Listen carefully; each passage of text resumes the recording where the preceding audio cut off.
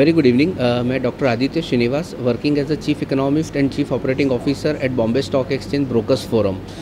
आज जो हम लोग ये बेसिकली ये हमने जो एक सेमिनार जैसा रखा है कि impact of monetary policy on economy, तो इससे बेसिकली ये पता चलता है कि जो ब्याज दरें हैं वो इकोनॉमी में किस तरह आम आदमी को अफेक्ट करती है। क्योंकि आज भारतीय अर्थतंत्र जो है इसमें आम आदमी काफ़ी बड़ी संख्या में है, कॉमन मैन या जिसे हम मिडिल क्लास पॉपुलेशन कहते हैं। तो ये जब भी घर लेता है, गाड़ी लेता है, तो इस पर ब्याज दरों का काफ़ी इफेक्ट रहता है। प्लस इकोनॉमी कितनी एक्सपांड हो रही है, अगर ब्याज दर कम होते हैं तो सीधी बात है इकोनॉमी में डिमांड कंजम्पशन बढ़ता है, और ब्याज दर बढ़ता है तो इकोनॉमी में डिमांड कंजम्पशन पे इसकी इल इफेक्ट आती है। क्योंकि आम आदमी अपना जो परचेजिंग पावर है वो पोस्टपोन करता है, बाइंग डिसीजन है वो पोस्टपोन करता है। तो कहीं ना कहीं ये जो मॉनेटरी पॉलिसी है इसकी इफेक्ट एक आम आदमी के ऊपर क्या आती है, वो कैसे अपने बेसिकली बजट प्लान करता है, बड़े जो परचेस करने के डिसीजन है वो प्लान करता है, उसको लेके हमने ये बेसिकली एक छोटा सा सेमिनार रखा है ताकि लोगों को मॉनेटरी पॉलिसी का एक इम्पैक्ट पता चले।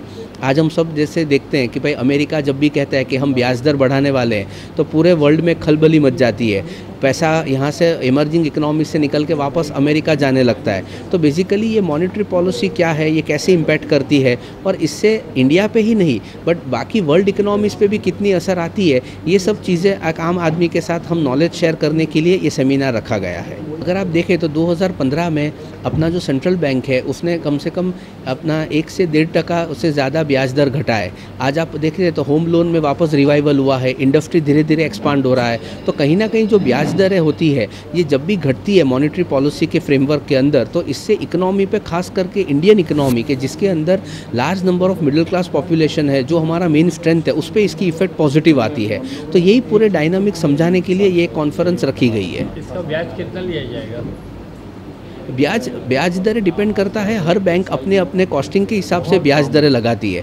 और अगर अभी आप देखें तो हर एक बैंक ने ब्याज दरें घटाना शुरू किया है। 2015 में काफ़ी हद तक ब्याजें घटे, 16 में भी अगर जैसे अभी आरबीआई पॉलिसी है 7 तारीख को, तो इसमें देखा जाएगा कि ब्याज दर पे क्या नए अनाउंसमेंट आती है। और आगे चल के इकोनॉमी जैसे जैसे अच्छे दौर पे आती है, अपना मानसून अच्छी रहती है, तो मैं श्योर हूँ कि ब्याज दर और घटेगी। और एक आम आदमी को जैसे घर लेना हो होम लोन के थ्रू, गाड़ी लेनी हो कार लोन के थ्रू, तो इसमें डेफिनेटली उनको मदद रूप मिलेगा।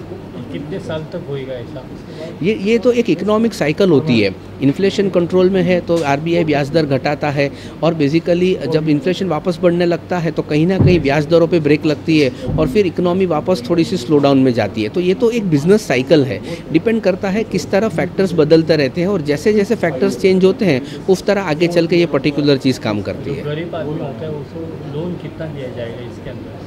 बेसिकली हर आदमी जो लोन लेता है वो अपने अपने इनकम प्रूफ जब बैंक को सबमिट करता है तो बैंक उसका क्रेडिट एनालिसिस करता है, और उस पर से बैंक ये देखता है कि कितना लोन वो लेता है।